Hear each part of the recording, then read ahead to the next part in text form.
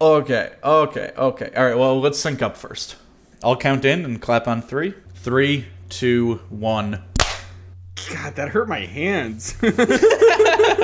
Thank you for your service. I clapped with my bad pinky. Ooh. Because I didn't do the whole cupping method. I just went straight bone on bone clap. Usually when I get the clap, it has to do with bone on bone. There are many bones involved.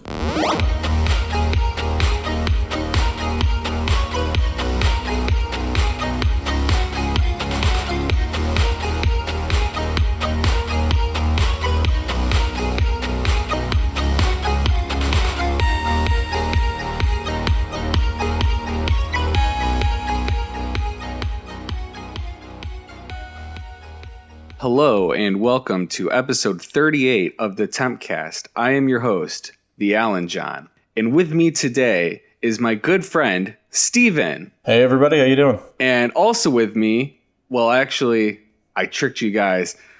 Insert laugh track here that Alan John normally does. Ha ha ha ha! Got you guys. Actually, I am Eric Zander. I am the knockoff clone of Alan John today. Unfortunately, he cannot join us. He is studying for a very hard test.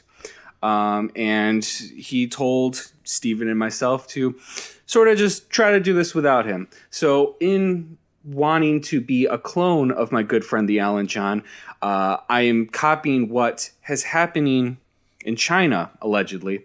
You guys have heard of the SXOX. Have we talked about that before? XSOS. We've never talked about the XXOS. The XXOX. You're right. We haven't talked about the OS because the OX sounds like a clone of... How the hell are we going to figure this out? Alan John, can you get you back? Okay, so here's what happened. There's the XSOS chips that you use on your Switch to install custom firmware. There's the SXOS core, which is for like the regular ones, and then there's the Lite for your Lite models. Ever since Team Executor, who manufactures the XS chips, was indicted last year, they have not been officially for sale, but there have been software and firmware updates to support people that, have those chips. And now all of a sudden, there's rumors of a clone chip appearing in China on a website called Tieba Baidu, which is, as far as I can tell, basically like Chinese Reddit, I think. Someone made a post talking about these clone chips that are meant to replicate what SXOS did, except it can only support Atmosphere. Because even with the old SX chips, you could use them to install Atmosphere. You didn't have to install Team Executor's software. So the interesting thing about these rumors, if you translate the forums over there, a lot of the people over there don't seem to believe that this is true. So again, we don't know if this is something that's going on or not. But allegedly, these cloned chips of the SX are retailing for about $108 US. So that's a lot. That's much more expensive than the ones that were being sold by Team Executor prior to their, let's just call it a disbandment. We don't really have much information on this aside from the rumors, but I don't know. It's kind of a risky move, I would say, because clearly we saw what Nintendo is willing to do with people who they're taking the Switch hacking a little more seriously than they took the, say, Wii or Wii U hacking scene, wouldn't you say? Yeah, for sure. But if you go back to that original Team Executor indictment, one of the members that they, I guess, indicted, I can't remember his name, but he lived in China, and he was the only one not extradited back to the States for... Mm-hmm. He's basically still free and okay. So, I mean, I think they're going to have a hard time affecting anyone who's in China. That is true.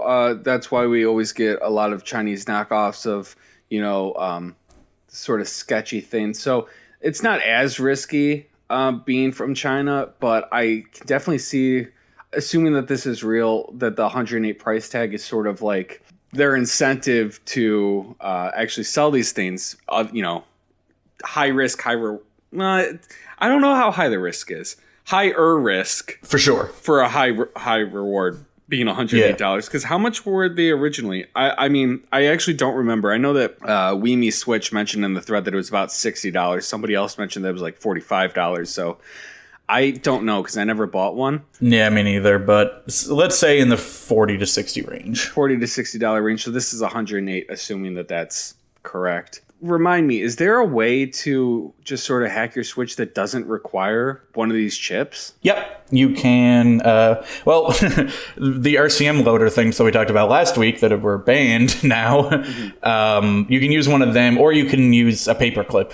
If you have one of those Switches, the Marico units that came out in July, like anytime past July 2018, or a Switch Lite, they patched out that hardware glitch that let you use the paperclip. So if you have one of those, no, you can't do anything. You're screwed. Okay, and then you have to solder one of these things onto your Switch? Or how does that work? Like for the Switch Lite, I genuinely don't know how you get one of these to work for the Switch Lite, for example. Assuming that I got a brand new one that was manufactured a week ago. I also don't know. Okay, so then we can cut this. Yeah. We can cut that part from the podcast so we don't look like complete morons. Hold on, I'm watching a video, but it's 30 minutes long, so I'm trying to like skim through it. Hold on a minute. I'm just like scrubbing through minute by minute. Oh yeah, look at this guy. He's taking the Switch right apart. Also, the SX OS chip does look exactly like this thing that is on China.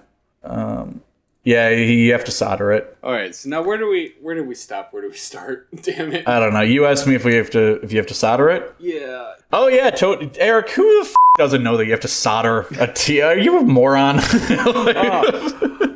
glad that you knew that the very next second after I asked, and you had a response right away. Yeah, I mean, you didn't have to cut an hour and a half of dead air while we looked it up. Neato.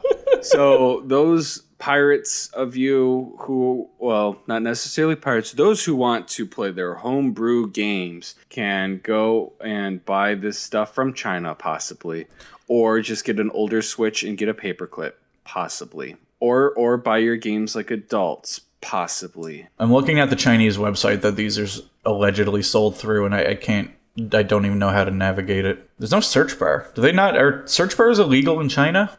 There is a search bar. If you just go to Baidu.com, there's a big old search bar. No, it's not being sold on Baidu.com. It's being sold on Xianyu. I have no idea. So unfortunately, Alan John isn't here, and he had the keys to get into the studio today. So Steven and I weren't able to actually walk in. So we tried to just do this podcast using Discord. Unfortunately, there were some latency issues, so we had to switch over to Google Meet. But speaking of Discord, did you hear that PlayStation is going to partner with Discord to do some cool PlayStation X Discord stuff? Yeah, I did hear about that. That's actually really cool. I'm actually kind of excited about that because Sony has been infamously kind of resistant to the whole idea of crossplay. We can talk about that more in a minute. But for anyone who remembers back around 2018 when Epic was trying to get everyone to play nice with crossplay on Fortnite, Sony was the big standout, and now it seems like they're embracing it a little bit more, because I don't know what the application of Discord integration is if it isn't crossplay. If you're playing with people on PSN, you can talk through PSN parties, even if they're on a PS4 and you're on a PS5 or something, that all works. But you know, I'll play Warzone or Rocket League, certain free-to-play games, usually on my PlayStation because that's where my friends are. But I have a couple friends that are PC gamers. I also have a gaming PC, so if I felt like playing on that instead, Discord integration makes it a lot easier to just jump on and talk that way, because when we tried to do it before and had to use Discord, the PlayStation guys had to pull up Discord on their phone or have a laptop next to them or something. I mean, so I game on PlayStation primarily. Which is interesting because I'm sort of in a different boat than you, because most of my friends are playing on PC now. And every time I jump on Discord, I see exactly what they're playing. I'm like, oh, man, I wish that I had friends that knew that the PlayStation was superior. Don't bother finishing that sentence, because I'm gonna cut. I'm gonna cut it at "I wish I had friends," and then I'm gonna play the music episode out. I wish I had friends. So playing on PlayStation can be lonely, But, if Discord's integrated to it, then at least I can be online. And do you think that maybe it'll show like what game I'm playing on Discord? Because I know that when it's linked up with Steam, you could see what games your friends are playing, but you can't really do that on PlayStation. I imagine they would, yeah. It is worth pointing out, this is just an announcement. They don't have a lot of details yet. But basically, they say, Sony was inspired by Discord's love for gaming, and the teams share a passion to bring friends and communities together. So I guess I don't see why they wouldn't have the friends list, why they wouldn't have the full integration. That would probably be the goal of this, but it's very light on details right now. They don't even have really a date that they think it'll happen, other than it's in the coming months. Yeah, I think so, especially with how crappy the PlayStation 5's UI is. I know I've talked about that, but yeah, anything to get away from whatever that garbage is, push it over to Discord to communicate with your friends. Honestly, it's such a downgrade. I'm thinking about something. Kind of want to sue Sony about how bad their user interface is. Really? Yeah, I think that I definitely have a good lawsuit about it. And I'm using that joke to transition to the next topic, which I didn't want to talk about, which is that Sony may be getting sued over limiting its digital game sales exclusively to the PlayStation Store. I have some opinions on this, but I'll let you introduce what the hell I'm talking about first. So there's a class action lawsuit being filed against Sony, accusing them of operating an unlawful monopoly, basically because Sony prevents other retailers from selling vouchers for digital games. These people are alleging that Sony is running a monopoly, that they are limiting other retailers. Basically, they can control the price of the games to be whatever they want. Because if you look, when you're in stores, the same way you can buy a card for $20 PSN credit or $20 Nintendo eShop credit, for Xbox and Nintendo, you can usually buy little digital vouchers for the games themselves. So that means those retailers can set those prices and sell them for whatever they feel like.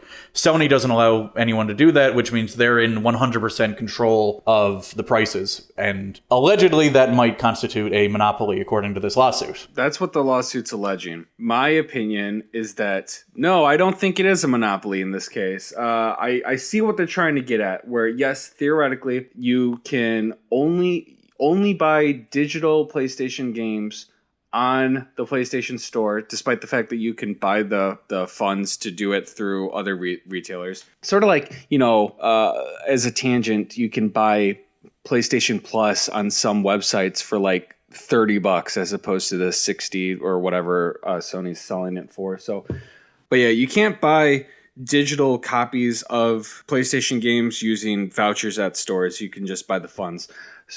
The reason why I don't think this is a monopoly, though, is because you can still buy physical copies of a lot of these games.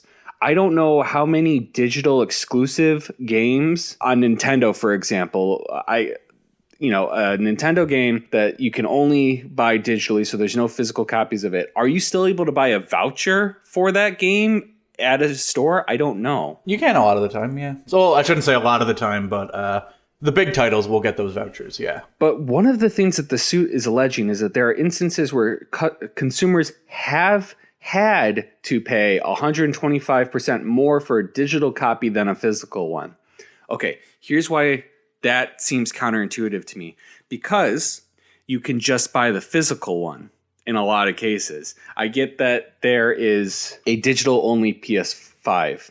However, you can get a version of the PS5 that has a disk drive, and all versions of the PS4 have disk drives. So you can buy physical games for games that have physical copies. So the only real issue is the games that are digital only. And for those, there's no comparative price to say, I'm paying more for this than I would elsewhere, because... Exactly. So if they're saying, look, I'm paying 175% more here, it's like, yeah... So just get the other one, and if you don't get the PlayStation with the disc drive, then that's what you're willing to do. That, you know what I mean? There are alternatives. I don't have to buy Skyrim on the PS5. Let me use a PS5 exclusive game. I don't have to buy the remake of Demon's Souls digitally. I can buy it physically. I don't have to pay the full retail PlayStation Store price when I can just go to a store and do it. I don't know. It doesn't seem... maybe it's anti-consumer. Maybe in the future, maybe with the PlayStation 6, when there is no disc drive and everything's digital, then maybe we'll have an issue. But I don't see how it's a monopoly right now. And the fact that they're using that as an excuse, saying that I'm paying more for digital than I am physical. Well, you have physical as an option for the most part. And you can't really use that comparison otherwise. Right. So the suit, it says that it charges super competitive prices for digital PlayStation games, which are significantly higher than the physical counterparts sold in a competitive retail market, which is what we just talked about. And then it says, and significantly higher than they would be in a competitive retail market for digital games.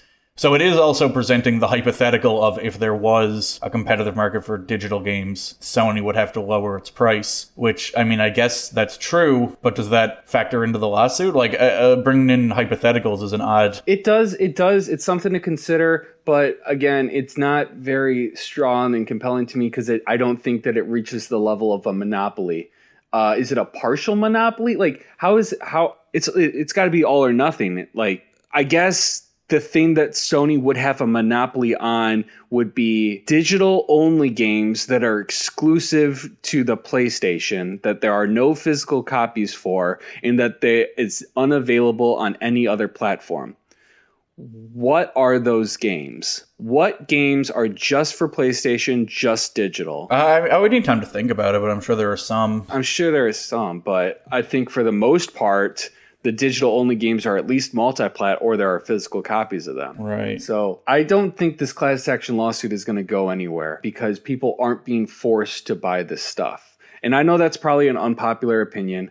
And again, I'm a criminal defense lawyer. I'm not a civil attorney. So I'm almost going at this at a layperson perspective. I'll be completely honest with you. But yeah, I don't see a court saying, "Hey, Sony, you got that monopoly going on. You gotta make all of the digital games that are digital only. You have to allow retailers to sell vouchers of those games." I don't see that happening. Yeah, it would be an odd thing to put right on Sony. I hope I stumbled my way through that explanation well enough.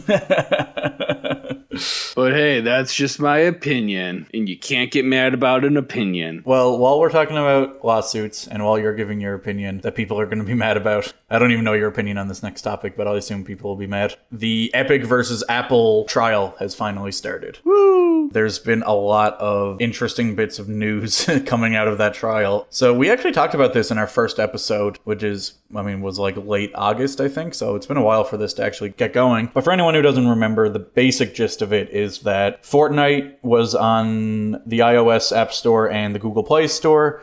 Google and Apple both take a 30% cut of all in-app purchases from any app on their store, and Epic felt that this was unfair. So they pushed an update to Fortnite that made it so basically you would buy directly through Epic and bypass the app stores completely, thus negating the cut that the companies took, and broke the terms of service. So Fortnite got delisted from all of these digital marketplaces, and Epic had a lawsuit and a commercial at the ready to launch with immediately after they got delisted. Mm-hmm. So things have finally started, and it's going to be a long trial, it seems. I mean, after the first week, there's still no real development on it. It's just been a lot of testimony from people and a lot of bickering about... A big topic of conversation has been, why isn't Epic doing this to the other platform holders? Because Sony, Microsoft, and Nintendo also take a 30% cut. And so a weird amount of time has been caught up on trying to define the difference between like a specialty device and a general purpose device, where, Tim Sweeney spent a long time explaining that he feels okay with Nintendo taking a 30% cut of Fortnite because it's exclusively for games, whereas a phone, he can switch between playing Fortnite to going to like checking his email to listening to music to whatever, which is an odd point. I don't 100% see why that's been such a big focus. I don't see why the difference between a specialty device and a general purpose device has been such a big topic of conversation. Can you shed any light? Did that ring any bells? No, I agree. I agree with you. I think that he's swinging at the walls with that kind of rhetoric, because he's also saying some other goofy stuff about it. I think that he said that just trying to muddy the waters. Tim Sweeney mentioning that Fortnite isn't just a game; it's something more than that. I don't remember his exact quote, but it makes it seem like it's an experience. It's darn it, what did he say? He says it's a metaverse. A metaverse, yeah. Like, okay, There's an exact quote is it's a phenomenon that transcends gaming. And he's referring to things like the concerts that have taken place in Fortnite, as if, you know, this is a living, breathing world that people go to hang out and, you know, just exist and live their lives and see concerts. Cool. You can do the same. Yeah. So World of Warcraft is not a video game. Basically, any MMO is not a video game. They're all metaverses. That's the thing. So that's sort of ancillary to what you were just talking about, but it is related because Tim Sweeney's basically he's trying to say all of these big broad things like, yeah, this isn't a video game. Yeah, there's a difference between Sony and Xbox and consoles as opposed to mobile devices. I was like, well, no, you're playing your video game. Yeah, he's also said, the long-term evolution of Fortnite will be opening up Fortnite as a platform for creators to distribute their work to users, and creators will make the majority of profits. With Apple taking 30% off the top, it makes it very hard for Epic and creators to exist in this future world. But again, Sony and Microsoft are taking money from that as well. There's no, I mean, maybe there is, maybe it's a subtle one, and maybe I'm not catching it, but I really don't, I don't know the difference between Sony taking a profit or Apple or Android or Google taking a profit. Yeah, I don't either. It doesn't make much sense, and the whole metaverse thing seems so spurious. Like, I understand the point he's trying to make, I guess, that if Fortnite becomes a platform for content delivery outside of being a video game, and then, you know, Apple is there, like, if Fortnite is a platform within a platform, and Apple is taking so much money, then it limits the creativity and all that. But trying to decree that Fortnite is its own platform is, I think that's a hard case to make right now. Yeah, good luck convincing the judge that Fortnite is not just a video game. There's also a thing, there was a guy brought in named Benjamin Simon. He runs an app called Yoga, he has a yoga company, and they have an app called Down Dog, which, I don't know, teaches you yoga positions or something. And basically, if you sign up... Is the down dog a yoga position? Downward dog is. Okay. I think the up dog is another yoga position. Wait, what's up dog? Oh, boom, gotcha! You got me. Okay, I'm sorry. Sorry. But I didn't need to derail the conversation. But basically, they offer a big discount if you sign up through their website instead of through the app, because Apple takes such a huge chunk out of their profit for the app. But Apple also limits their messaging regarding that, because they submitted versions of the app that referenced getting a hefty discount if you sign up elsewhere, which Apple rejected. But they are allowed to have their website in the app, so if people think to go look, they'll find it. They also get their email when people sign up through the app, so they can email people, but Apple can't really stop that.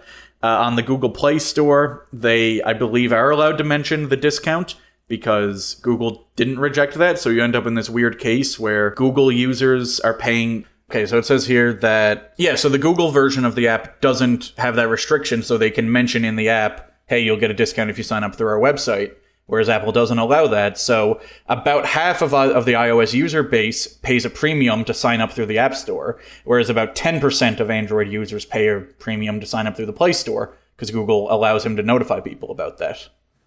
It's tough, because I understand that it's Apple's store and they can do whatever they want, and they have a right to restrict, you know, people's ability to direct business elsewhere, but it also, Apple is creating a lot of friction for no real reason. If they reduce their cut of the app, they could keep making money, right? They don't have to have such a hard lock on it. Yeah, so ultimately, what is Epic trying to do? Are they trying to just say, hey, Apple, you can't force us to give you 30% of the profit, or... Are they saying we don't want to give you anything? I think they want... they haven't said exactly what they want. I believe they just want a lower cut because their Epic Game Store takes 12% as opposed to 30%. Mm-hmm. So they're probably looking for a bigger split for the content creator like that, I would imagine. Yeah, I don't see Apple buckling under that, because you're, like you said, it'll open up the door for better or for worse. I think that I don't see this getting Settled. They, you know, I said earlier they haven't said what they want. They do a lot of talking about like, well, we're here to help the gamers. We're gonna, you know, we can reduce the price of our V-Bucks if, you know, if Apple didn't take out such a big chunk. But not really, because the price is not reduced through the Epic Game Store, where obviously they get all the money. And they were asked at the beginning of the trial, the judge said, do you want to upload or, you know, put up a version of Fortnite back on the App Store where Apple will get their normal split, and then if you win this lawsuit at the end, Apple will pay you back the difference. Apple will pay you back, you know, as if it had been the 1288 split the entire time. And they were like, no, we don't want to do that. So I don't know, all the talk about we want to help the customer and we want, you know, like they could have easily gotten the game back up and gotten their money back if they win, and they just don't want to do it. Like they're trying to make a big fuss. They're trying to get a lot of publicity here because, you know, people pay less attention as soon as Fortnite goes back up on the App Store. I don't know. I really don't have much to say about this. Yeah, I don't know. It's just a really weird, confusing situation. Something that other people might find more interesting is there's been a lot of documents leaking and a lot of weird stuff coming out regarding Epic's dealings with other companies. So one that came out this week that a lot of people, that, you know, a lot of noise was made about was Sony charges. Like I mentioned earlier, Sony was a huge holdout when it came to crossplay, and they basically charge Epic or other publishers, depending on the game, for crossplay. So let's say most of a user base for a game is on PlayStation, and that means Sony is paying for PSN's infrastructure to be used to support that game. But most of the in-app purchases are happening on other platforms. Sony doesn't see any of that money, so they get data from the publishers regarding that split. And if they don't feel they're getting enough money, there is an exact algorithm to determine it. They charge the publisher a royalty, basically, to make back their money. And Tim Sweeney confirmed under oath that this was a requirement for crossplay to be enabled on PlayStation, and that Sony is the only platform holder between Steam, Microsoft, Apple, Google, anyone, Nintendo, to have that stipulation, which I thought was kind of interesting. Now, for anybody listening who is mad at me about my earlier comments on Sony and how I don't think that they have a monopoly, I'm about to not Sony shill because I think that this situation is bullshit. Sony shouldn't be charging that. I mean, contractually, I think that, yeah, legally they can do that because, you know, courts are going to give great preference to what a contract says because the parties are smart enough to work things out. If Sony says, listen, Epic, you have to give us, you have to pay us these royalties. And if Epic agrees, then there you go. I mean, unless they were forced to agree to it, or unless the agreement is like unconscionable and it's like, no sane person would agree to this, I think it's legit. Like Sony is within their right to take this cut and to have companies pay this royalty if the companies agree to it, but it's still, that's anti-consumer to me. That seems like Sony is just taking an arbitrary cut because I get what their argument is they're like, oh, we're losing money by allowing crossplay because people are making in-app purchases on other consoles instead of on our console. But, I mean, you and I and most people would see that that's disingenuous because it would just mean if it wasn't crossplay, it's not like everybody would be playing it on PlayStation. They would just be playing it on their Xbox or playing it on their PC anyway. You know what I mean? Exactly. So opening up crossplay, you're not losing money, really. You can argue that you are because you're saying, well, now those people aren't playing on PlayStation, but they clearly wouldn't be playing on PlayStation anyway. It's almost the piracy argument where it's like we're losing so much money because these people would buy the games. Except in that case, if piracy wasn't an option, people would buy a lot of games, but not as much as they're pirating. These companies are claiming. Yeah. So, but I think this to an even lesser extent. It's disingenuous. I think all of these companies are being disingenuous. I think they're all within their legal rights. I think Sony is allowed to charge a royalty on this. I think Sony is allowed to have what the class action lawsuit is claiming a monopoly on the digital sales. I think Apple's allowed to take that 30% cut because at least for the ones involving the cuts, those are contractual agreements that Epic is agreeing to. They might argue that, hey, we don't want to do that, but they agreed to it. Exactly, yeah. You can call it shady, but... Yeah, and so Epic's being disingenuous by saying, oh, you know, Fortnite is something special, something... Yeah. And Sony's saying, "Whoa, we want all of our profits." And Apple's like, and it's like, yeah, they're all within their rights. Yeah. Oh, there was also an email that came out for Epic's original offer for crossplay before Sony countered with this, which seemed very, very generous. I don't know what you think of this. It was basically they would give them whatever data Sony asks for and the marketing data for Fortnite. They would announce crossplay in conjunction with Sony and go out of the way to make Sony look like heroes, which is kind of interesting because Epic is good at getting attention. So it's interesting that they're willing to like give this huge boon to the Sony brand and make them look awesome. They would brand their entire E3 presence with PlayStation. They suggested committing a VR game at the launch of the PlayStation VR 2. They were going to give unique skins to PS Plus subscribers, and they were going to help Sony with the license, like the terms of the license agreement for their company-wide license of the Unreal Engine 4, which is a lot to offer, I think. And I think so, it's still kind of surprising that the response from Sony had the line, what do they say? As you know, many companies are exploring the idea of crossplay, and not a single one can explain how cross-console play improves the PlayStation business. So they're basically saying it doesn't matter what you offer. If crossplay doesn't directly benefit us, we won't do it. Yeah, well, because their argument was or Epic's argument is, hey, we're going to give you lots of publicity. We're going to pay you in exposure. The last line on the proposal was, let's make this a huge win for us all. Epic's not changing its mind on the issue, so let's just agree on it now. That's something that I would say when arguing with the state's attorney about what to do with my clients. Like, I'm not changing my mind, so how about you just clear this up so that we don't have to go to trial? The beginning of the proposal also has the line, I can't think of a scenario where Epic doesn't get what we want. That possibility went out the door when Fortnite became the biggest game on PlayStation. Yeah, that's me saying, you don't really have a case, so let's just take care of this situation. I like how I'm giving myself an evil voice talking to the state's attorney. I was wondering about that. It's like, yeah. Well, and then ultimately Epic did get what they want. Cave to PlayStation, because PlayStation's like, so what can you guys do for us? So I don't know. That it's what I like about seeing those things is you could see the people behind the mask, highly confidential, attorney's eyes only. What am I looking at? Well, you're an attorney, so it's okay for you to look. Oh, I can look at this. Don't look, everybody. Don't look. Oh, wow, this is cool. Oh, man, you guys should see this. This is awesome.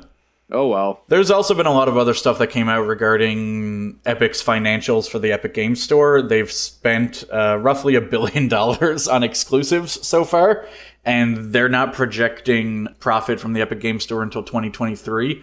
Apple's lawyers, having looked at the financial papers that are released, are projecting 2027 for their exclusives. So it seems like Epic is just dumping money into the Epic Game Store because it's making so much from Fortnite that it can't really hurt itself. And it's just trying to strong arm itself into the top dog position, which is interesting. But that's really it. I mean, everyone already kind of knew Epic was doing that. Epic is they're just fighting with everybody. They just can't be happy. Yeah, they really can't. And I mean, it's hard for anyone to really support Epic in this, I think, because they are doing things that are interesting and probably are good for this consumer at the end of the day, but not the exclusives. I was basically just going to say Epic is trying to look cool and shake up the industry right now, but that's just because they want to be at the top, and then they'll do all the old things that everyone used to do. They're doing it for the gamers, man. For the gamers. The Epic gamers.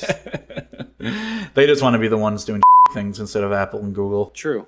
That's how dictators start. That's how, yeah. It's like, let's tear down the old and I'll be different. And I'll take over Gotham and I'll make Gotham the city it deserves to be. Epic reigns. The metaverse is coming and you can't stop us. And it's all for the consumer. Of course. All right, my throat hurts. So that was one epic podcast, wouldn't you say? Yeah. I wish Alan John was here for the laugh track. I can't. Yeah, we should have gotten a soundboard. I didn't think of that. Shoot. Do you know how to wrap up podcasts? Or I never paid attention when Alan John did it. Do we kind of just maybe we could do it like a song from the 80s where it's just like it just starts to fade out, you know, as we keep talking. Well, we have a song that You know what I fades mean? in. It's And like- then, oh, like we just kind of fades in. Oh, you meant like we fade out just as sort the of- song goes. Like we oh, fade out, yeah, like and then yeah. we Oh, are you talking about a specific song name? maybe we could. No, you know, if you change the R in your name to a P, it's epic. Okay, bye.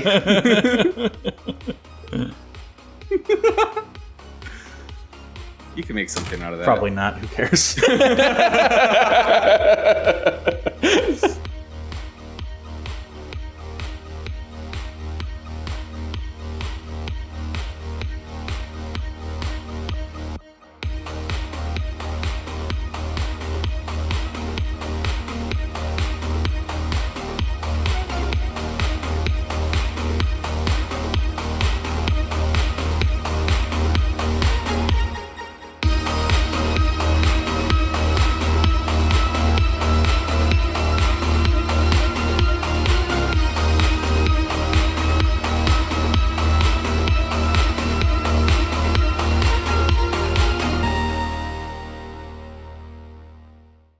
Okay, so do we got to clap again? I would really appreciate it if you could do that for me, buddy. Okay. All right, are you ready? Yeah. Got your hands out? Got him ready. Nothing in them? All right. Don't hurt your finger again. 3, 2, 1. I tried to cup it this time, but I still slammed it. Okay, so should we stop recording? Yeah. Should we stop recording? Yeah. Should we stop recording? Yeah. Should